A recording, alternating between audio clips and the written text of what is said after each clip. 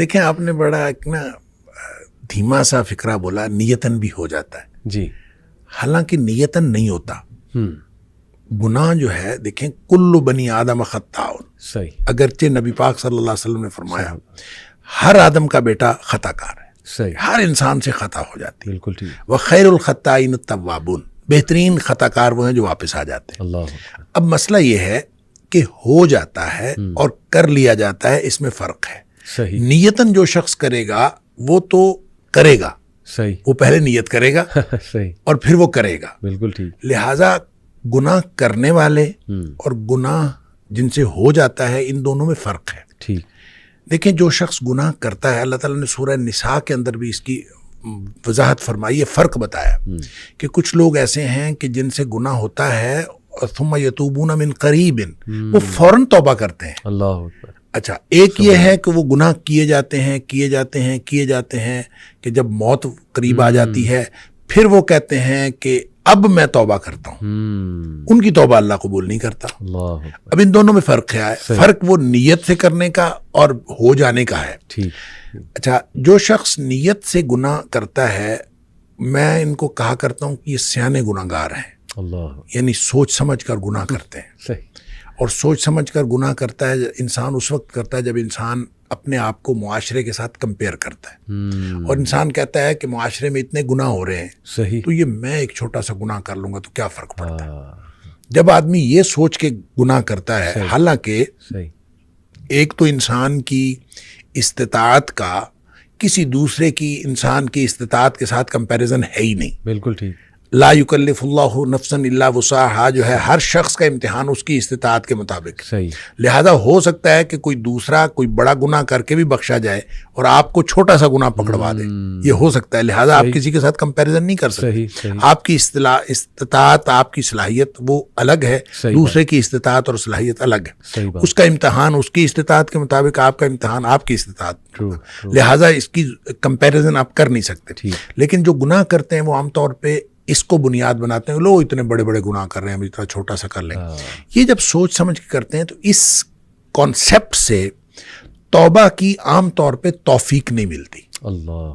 اس کی وجہ یہ ہے کہ آدمی نے سوچ سمجھ کے کیا ہوتا ہے کہ کوئی حرج نہیں ہے کہ میں کر لوں گا تو کیا حرج ہے. اس کو پھر توبہ کی طرف بالعموم اس کا دھیان توجہ ہی نہیں جاتی، کیونکہ اس نے سوچ کے کیا ہوتا ہے کیا حرج ہے. بالکل ٹھیک. دوسرے گناہ گار وہ ہیں جن سے ہو جاتا ہے، وہ اس نے یہ طے کیا ہوتا ہے کہ یا اللہ میں نے کوئی گناہ نہیں کرنا. اللہ کے ساتھ نیتن صحیح اس نے یہ بات طے کی ہوتی ہے کہ میں نے کوئی گناہ نہیں کرنا. بالکل ٹھیک. گناہ اس سے بھی ہو جاتا ہے. صحیح بات. کیونکہ کلو بنی آدم خطا ہو. صحیح. یعنی ایسا تو ہو نہیں سکتا کہ اس سے گناہ.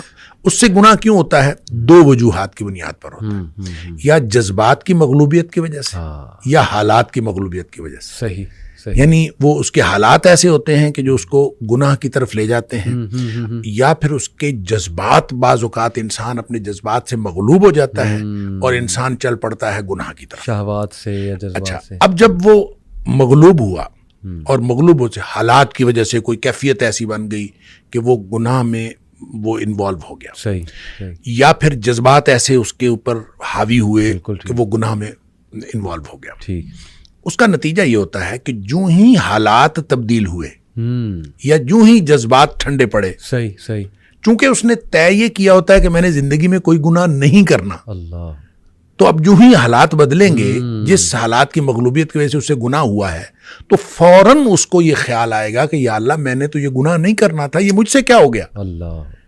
اور اسی طرح جب اس کے جذبات ٹھنڈے پڑیں گے تو اسی وقت وہ اس کو خیال آئے گا، ہوش حواس میں آئے گا، تو کہے گا یا اللہ میں نے تو یہ نہیں کرنا تھا، یہ مجھ سے کیا ہو گیا. یہ ہے وہ ثم یتوبون من قریب کہ فوراً وہ توبہ کر لیتے. پھر اس کو فوراً خیال آتا کہ میں وہ جو ندامت اور شرمندگی اس کو ہوتی ہے، وہ جو پشیمانی اس کو ہوتی ہے، یہ ندامت اصل میں اللہ کو پسند ہے. کیا بات کہ انسان کو ندامت اور شرمندگی ہو کہ یا اللہ میں گناہ کر بیٹھا ہوں، میں نے تو یہ نہیں کرنا تھا. اور اسی طرح یہ جو رب انی ظلمت نفسی والی بات ہے، یا حضرت آدم علیہ السلام کی دعا والی بات ہے، یا ویسے بھی نبی پاک صلی اللہ علیہ وسلم نے فرمایا کہ ایک آدمی گناہ کرتا ہے اور گناہ کر کے پھر اللہ سے بات کرتا ہے، رب انی اذنبت، تو اللہ میں نے گناہ کیا ہے. یعنی اقرار. یہ اقرار جو ہے یہ بہت، یعنی اقرار ہے، اس کے اندر ندامت ہے. اللہ میں گناہ کر بیٹھا ہوں اور تو معاف کرنے والا ہے، تو مجھے معاف کر دے. یہ ندامت اور شرمندگی جو توبہ کی شرائط میں سے بھی ہے، اور یہ وہ نقطہ ہے جو اصل میں اللہ تعالیٰ کو پسند ہے. تو جس کے اندر یہ ندامت اور شرمندگی آتی ہے وہ توبہ بھی کرتا ہے، اللہ تعالیٰ کو پسند بھی آتا ہے. اور اللہ کو کتنی توبہ پسند آتی ہے اس کے لیے تو وہ حدیث ہے بڑی معروف کہ نبی اکرم صلی اللہ علیہ وسلم نے فرمایا کہ اگر کوئی شخص جو ہے، وہ ایک مثال دی آپ نے کہ کوئی شخص جنگل میں سفر کر رہا تھا صحرا کے اندر، اور سارا اس کا سامان اونٹنی پہ لدا ہوا، اور اس نے ایک کسی درخت کے نیچے سستانے کے لیے وہ ٹھہرا، تو کچھ دیر بعد اس کی آنکھ کھلی تو اس کا اونٹ غائب تھا. صحیح. جس کے اوپر ساری اس کی گویا مال و متاع بھی اسی پہ تھا، سفر بھی اسی پہ کرنا تھا. اب لق و دق صحرا ہے، میلوں لمبا چوڑا، تو وہ ادھر ادھر دیکھتا ہے، اس کو کچھ نظر نہیں آتا. تو اس کا خیال یہ ہے کہ اب میں اگر چلوں گا تو بھی موت ہے، بیٹھا رہوں گا تو بھی موت ہے، اس کے علاوہ کچھ نہیں. تو زندگی سے مایوس ہو کے وہ بیٹھ رہتا ہے. تو تھوڑی دیر بعد پھر اس کی آنکھ لگتی ہے، اور اس کو پھر اس کی آنکھ کھلتی ہے تو دیکھتا ہے کہ اونٹ سامنے کھڑا ہے. اتنا خوش ہوتا ہے کہ وہ کہتا ہے اللہم انت عبدی وانا ربک، اللہ تو میرا بندہ اور میں تیرا رب. اور نبی پاک صلی اللہ علیہ وسلم فرمایا کہ اخطأ من شدت الفرح، اس نے یہ جو الٹ بات کہی، کہنا تھا کہ اللہ تو میرا رب اور میں تیرا بندہ، یہ جو بات الٹ کہی نبی پاک صلی اللہ علیہ وسلم میں اخطأ من شدت الفرح، اس نے خوشی کی شدت کی وجہ سے بات الٹ کی. یعنی اس کو سمجھ ہی نہیں آئی، اتنا خوش تھا اس کو سمجھ نہیں آئی، اور وہ خوشی کی شدت کی وجہ سے الٹ بات کر گیا. نبی پاک صلی اللہ علیہ وسلم فرمایا اس شخص کو جتنی خوشی ہوئی ہے نا، اللہ کو اپنے بندے کی توبہ سے اس سے زیادہ خوشی ہوتی. کیا بات ہے، کیا بات ہے. اب اس کے بعد کیا بات باقی رہ جاتی ہے؟